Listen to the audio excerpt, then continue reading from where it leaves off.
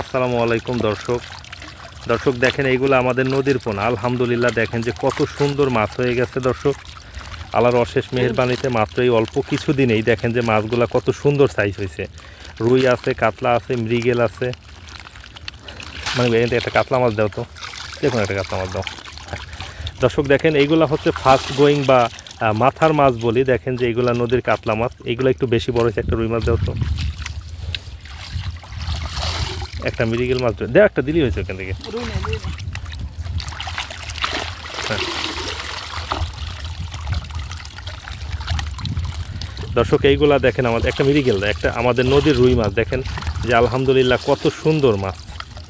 দর্শক এইগুলা নদীর মৃগেল মাছ চলে গেছে। হ্যাঁ